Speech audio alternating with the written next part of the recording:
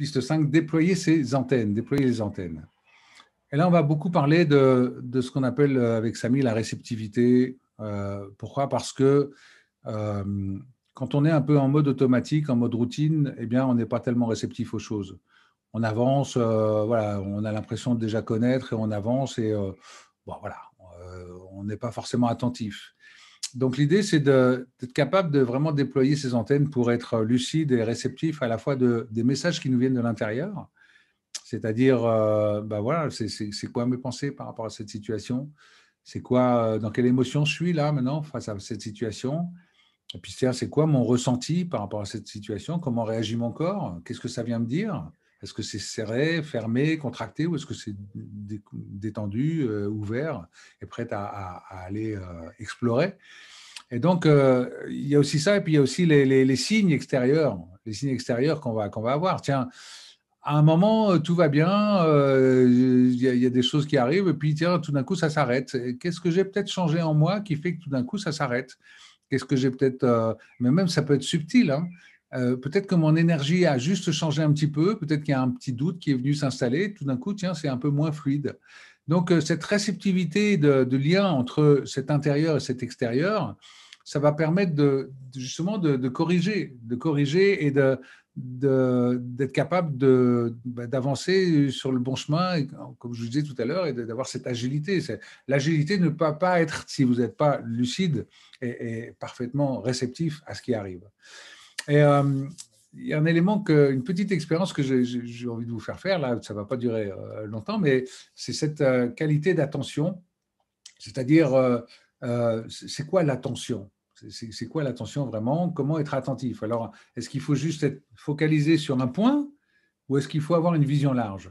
Et là, je vous propose juste de faire comme moi, là, de mettre votre pouce en face de vos yeux. Là, vous regardez votre pouce, hein, à quoi, 40 cm de visage, vous voyez le pouce. Et en même temps, vous avez le regard concentré sur ce pouce. Je vous invite à regarder autour, mais vous restez vraiment, vous avez le focus sur le pouce, mais regardez tout ce que vous percevez dans votre champ de vision. Hein, moi, si je regarde, là, il y a un haut-parleur, il y a un projecteur, il y a un micro, il y a un mug, il y a plein de choses et tout, mais je suis toujours en train de regarder le pouce, mais je m'aperçois qu'en étant focus sur le pouce, eh bien, j'ai quand même cette qualité d'attention qui me permet de remarquer tous les éléments que je ne regarde pas directement. Eh bien, c'est un peu ça, cette qualité d'attention. C'est cette capacité en même temps à rester focus et en même temps en ayant à avoir une vision large. Voilà, cette vision large et ce focus.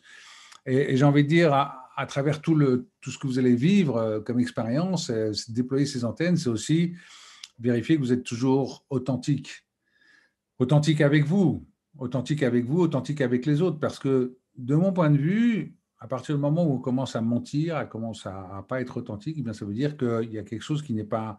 Voilà, il y a encore des peurs qui sont là.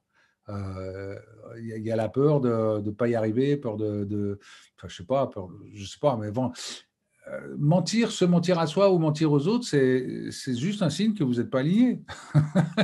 Donc, être aligné, c'est être authentique, c'est dire ce qu'on pense, c'est peut-être, alors avec des pincettes quand c'est forcément pas forcément agréable, hein, aussi, il y a cette capacité de savoir communiquer, mais en tout cas, c'est de rester authentique avec les autres et de rester authentique avec soi, de ne pas se mentir. Ok, non, j'y vais pas. Alors, est-ce que j'y vais pas parce que mon mental me dit que j'ai pas envie d'y aller, ou est-ce que j'y vais pas tout simplement parce que j'ai peur?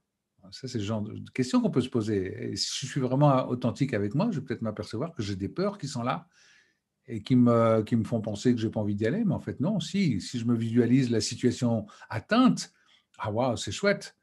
Mais en fait, pourquoi j'y vais pas? Ben, tout simplement parce que j'ai des peurs. Oui, je suis authentique et j'ai des peurs. Et j'admets que j'ai des peurs et je suis authentique avec moi-même.